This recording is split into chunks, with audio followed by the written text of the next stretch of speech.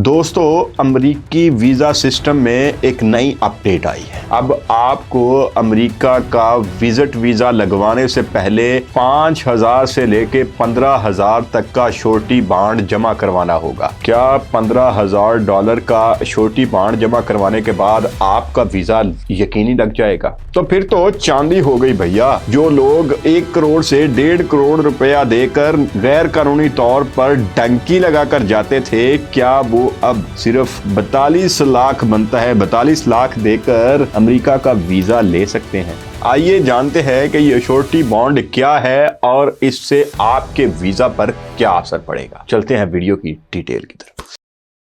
बिस्मिल्लाहिर्रहमानिर्रहीम। लाखों करोड़ों दुरूद हुजूर नबी करीम सल्लल्लाहु अलैहि वसल्लम और उनकी आल पर। अस्सलाम वालेकुम दोस्तों, मैं हूं आपका होस्ट उस्मान अली गोंदल। उम्मीद है आप खैरियत से होंगे। दोस्तों, आपने B1 B2 वीजा का नाम सुना होगा। अमेरिकन वीजा, जी विजिट वीजा की बात करते हैं। आपको बहुत सारे एजेंट इर्द गिर्द घूमते नजर आएंगे जो आपको कहते हैं कि अमेरिका का वीजा अप्लाई करें। अमेरिका का B1 B2 आपका बड़ी आसानी से लग जाएगा। उसके लिए आपसे वो डील कर लेते हैं और आपको कहते हैं कि यकीनी हो गया है आपका वीजा, और कुछ तो कहते हैं कि हम आपसे ये भी डील कर लेते हैं कि आपका इंटरव्यू भी क्लियर करवाएंगे, सब हम क्लियर करवाएंगे। उसके बाद आपने हमें 50 लाख, 60 लाख, 70 लाख देना है। आपको पता है B1 B2 की जो पाकिस्तानी रुपीज में फीस कितनी है? 55,500 रुपया। ये डॉलर के रेट के साथ साथ कम या ज्यादा हो सकती है, लेकिन 55,000 समथिंग, इससे ज्यादा नहीं है। इसके साथ जो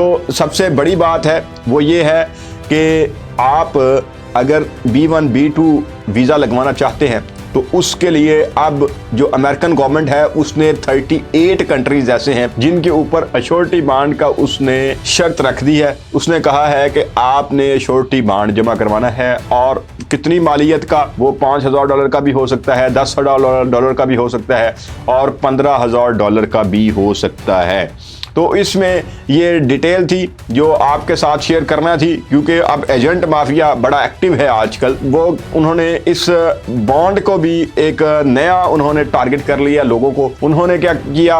उन्होंने डायरेक्टली लोगों से ये बात शुरू कर दी कि भैया अब तो बड़ा आसान हो गया, अब गारंटीड वीजा है, गारंटीड वीजा है। अब आप $15,000 हमें दें, हम आपका B1 B2 वीजा लगवा के देंगे। जब आपका B1 B2 वीजा लग जाएगा फिर आप US से चले जाना और वहां से स्किप कर जाना, वहां से वापसी ना आना, असाइलम अप्लाई कर देना, कोई शादी का चक्कर बना लेना। ढेर सारे ख्वाब दिखाए जाते हैं, लेकिन क्या ऐसा पॉसिबल है? क्या जब आप $15,000 पे कर देते हैं, और किसको आपने पे करने हैं, कौन सी वेबसाइट के ऊपर पे करने हैं, ये भी डिटेल से बताऊंगा। लेकिन असल बात यह है कि वो कोई गारंटी नहीं है। At the time of interview ये डिसाइड होगा। आपको $5,000 का श्योरिटी बॉन्ड जो है वो जमा करवाना होगा, $10,000 का करवाना होगा, या $15,000 का करवाना होगा। ये बात at the time of interview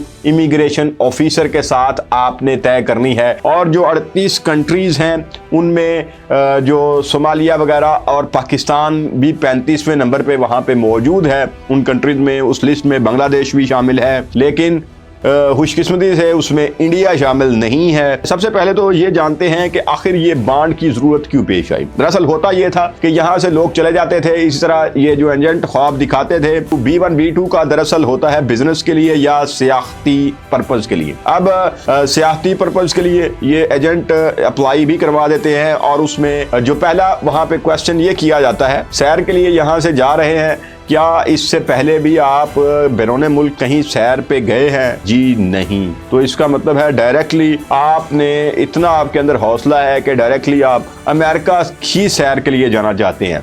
तो ये वीज़ा रिजेक्शन हो जाती है और लोग घर आ जाते हैं अपने पैसे, और वो जो कमीशन उन्होंने लेनी होती है एजेंटों ने, वो फीस जो उन्होंने तय की होती है, वो अपनी फीस ले लेके साइड पे हो जाते हैं। तो ऐसे में होता ये था कि जो लोग वहां पे पहुंच जाते थे, वो पहुंच के क्या करते थे कि वहां पे जाके असाइलम अप्लाई कर लेना। गैर कानूनी तौर पे वहां पे रहने के फायदे भी बहुत हैं। अब फायदा मैं आपको ये बता रहा हूँ, पेपर तो आपको मिलने नहीं वहां पे, तो ये जाके इस्तेमाल होते हैं ऐसे लोगों से। अब जो वहाँ पे रहने वाला जिसके पास पेपर मौजूद है उसको टैक्स पे करना पड़ता है, उसको टैक्सेस होते हैं वहाँ पे, क्योंकि वो वहाँ का रहायशी है। जो इलीगल वहाँ पे होगा उसको वहाँ पे टैक्स वगैरह अदा नहीं करना पड़ेगा, वो टैक्स नेट में नहीं होगा, तो उससे उसको कम अगर कोई सैलरी भी देगा तो वहाँ पे ये उसका माशी इस्तेहसाल भी है, गैर कानूनी तौर पे वहाँ पे रहते हैं और अपने मुल्क का नाम बदनाम करते हैं। अब उन्होंने ये इसका हल ये ढूंढा, जो ट्रंप गवर्नमेंट ने, उन्होंने कहा कि हमने अब अश्योरिटी बॉन्ड रखना है कि आप $5,000 वहाँ पे जमा करवाएंगे, $5,000,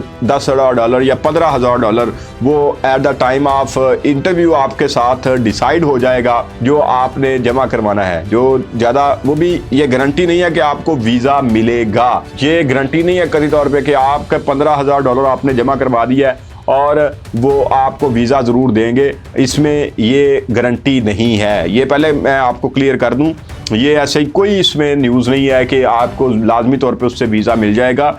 ये सिर्फ निगोशिएशन जो हो रही है, जो आप मतलब के वीज़ा ऑफिसर को आप कह रहे हैं कि मैं वापस आना चाहता हूँ, वो कहते हैं बाउंडिंग क्या है आपकी अपने देश के साथ, तो यहाँ पे आप उसको वो कहते हैं कि आप बॉन्ड जमा करवा दें, श्योरिटी बॉन्ड हमें दे दें, इतने पैसे आप यहाँ पे हमारे पास रखवा दें ज़मानत के तौर पे कि अगर आप वहाँ पे स्किप हुए तो ये रोकड़ा आपको नहीं मिलेगा। तो उस हवाले से ये सिर्फ ये पहले पेमेंट जमा हो जाती है, वीज़ा लगना ना लगना उससे बाद का मामला है। और उसका जो जमा करवाने का तरीका है वो भी pay.gov है। pay.gov उनकी जो वेबसाइट है उसके जरिए है। उसके अलावा किसी तीसरी थर्ड पार्टी से आपकी ये पेमेंट नहीं होती। लिहाजा किसी भी एजेंट को, जो एजेंट आपसे यहाँ पे वो मांग लेते हैं, वो कहते हैं जी वो 50 लाख मुझे दे देना ज़रा, मैंने आपका श्योरिटी बॉन्ड जो है वो उसकी फीस अदा करनी है।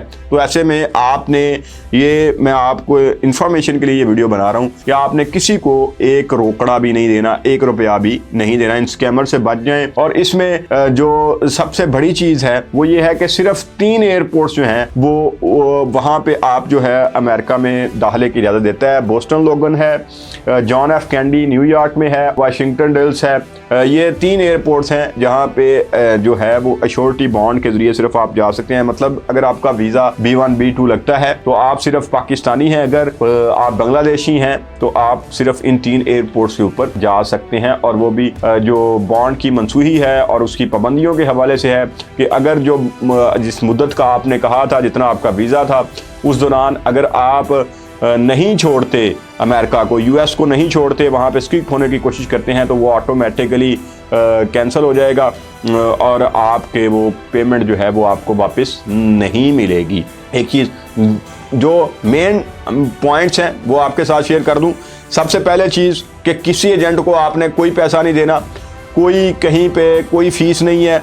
दूसरा, श्योरिटी बॉन्ड आपका डायरेक्टली आपने जमा करवाना है आपके नाम से और वीज़ा ऑफिसर की मदद से। वीज़ा ऑफिसर अगर आपको कहेगा कि इसको पे करें तब आपने पे करना है, उसके अलावा आपने इसको पे नहीं करना। और $5,000, $10,000 या $15,000 ये निगोशिएशन होगी तब जब आप वीज़ा ऑफिसर आपके सामने आपका इंटरव्यू कर रहा होगा, वो आपको ही कहेगा और वही आपको तरीकाकार बताएगा, उसी तरीकाकार से आपने जमा करवाने हैं। तो इन एजेंटों से आपने होशियार रहना है और किसी सूरत भी इनकी बातों में नहीं आना। तो ये B1 B2 के हवाले से एक बड़ी अपडेट थी जो आपके साथ शेयर करना थी। अपना ढेर सारा ख्याल रखिएगा, अपने से भी अपने पेरेंट्स का ख्याल रखिएगा। और आपको आज की वीडियो कैसी लगी कमेंट सेक्शन में जरूर बताइएगा। अल्लाह ने के बाद।